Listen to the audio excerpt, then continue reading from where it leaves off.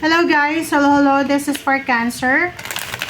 Welcome dito sa aking channel, Kapalaran 888. Welcome.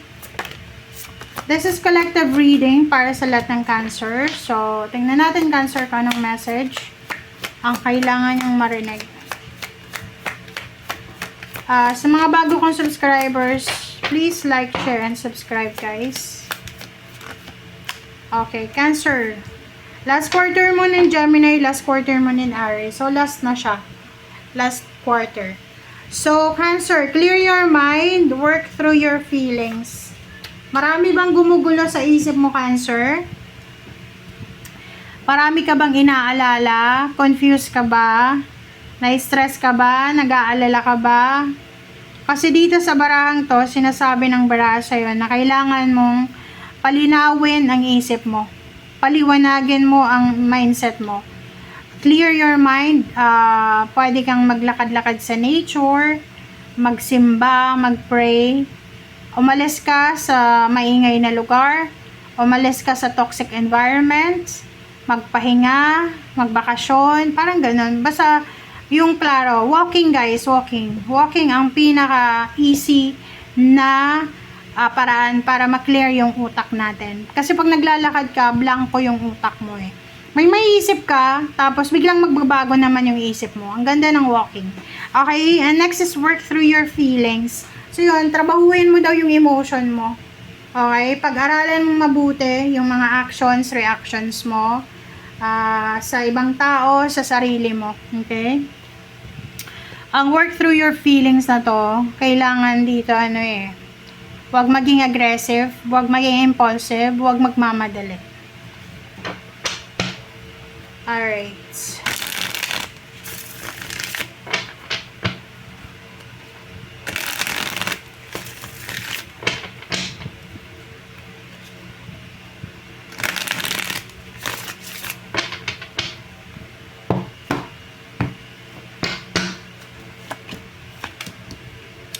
Okay, first two cards.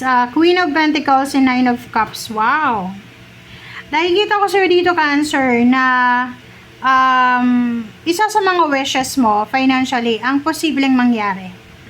Okay? So, nakikita ko sa'yo dito, may mga Cancer na nag-iipon ng pera na posibleng makakaipon kayo ng pera. Yung iba, pwedeng ma-promote, tumaas yung posisyon sa trabaho, maging maayos yung sweldo, tumas yung sweldo, ganyan. So, may mga emotional and financial wishes ka na posibleng matutupad, which is magiging sobrang masaya ka.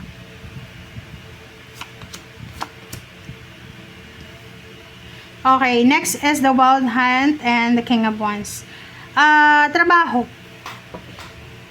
Para to doon sa mga Cancer na nawala ng trabaho. Medyo na-demote ka, nawalan ka ng trabaho, nawala yung overtime, bumaba yung sweldo. Sabi ng baraha sa'yo dito na yun, trabahuin mo lang, okay? Huwag kang magsasawa. As much as possible, ilaban mo talaga siya. Maging mas masipag ka pa, mas dedicated ka pa, and kontrolin mo din yung emotion mo.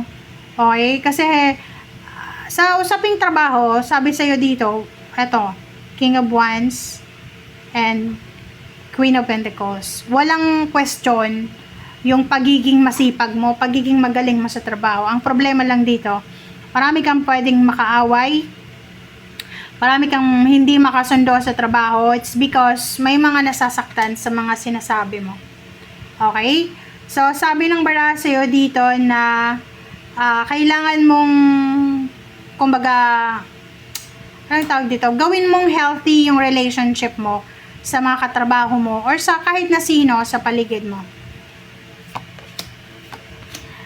Iwasan mo yung kung yung Queen of Wands kasi, everyone, lahat tayo, mayroon tayong mayroon tayong point of view about politics and religion. So, sinasabi ng Queen of Wands na to, tsaka King of Wands na pag nasa loob ka ng trabaho, huwag kang makikipagdiskusyon tungkol sa politician or sa politika, kung sino yung partido na gusto mo, huwag mo talagang i-impose yan. And religion, okay? Kasi talagang makakahanap ka talaga ng kaaway or ka-misunderstanding. Sinasabi ng baraha sa'yo dito na there's an incoming blessing sa future, pero hindi pa visible ngayon. Syempre, hindi mo pa nakikita, future pa siya eh. So, sinasabi na may manifestation, strong manifestation na mangyayari sa future mo.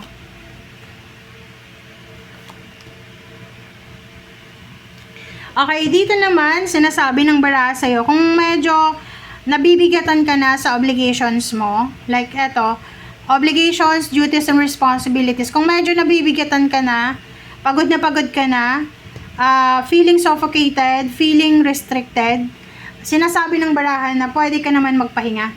Okay, magpahinga, wag masyadong i-push yung sarili, okay, kasi isa lang yung katawan mo. Alright. Isang balita ang posibleng matanggap mo. Makakatanggap ka, Cancer, ng balita. Ng balitang ito ay pwedeng magdala sa'yo ng confidence. Magdadala to sa'yo ng parang magiging proud ka, magpapasalamat ka. Parang ganon. Sa balita na to na matatanggap mo. Pero yung balitang yan, hindi yan related sa'yo.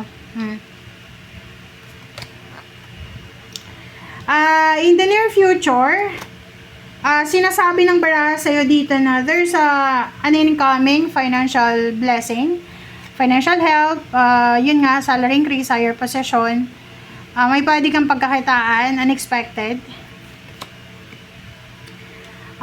Emotional, medyo may mga reconciliation, maayos yung gulo.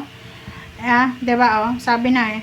Diba, kung may mga gulo sa buhay mo, away, gulo, kompetensya, the Queen of Cups is here, the Five of Wands is here. Sinasabi na yung mga away, gulo, misunderstanding na yan, conflict, whatever man yan, ay maayos yan ng Queen of Cups. Okay?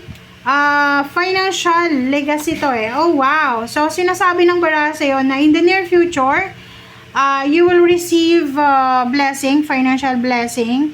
And nakikita ko sa'yo dito na maraming pera yung mahahawakan mo sa future. Pwedeng kung babae ka or lalaki ka, makakapag-asawa ka ng mayaman or galing sa mayaman na pamilya.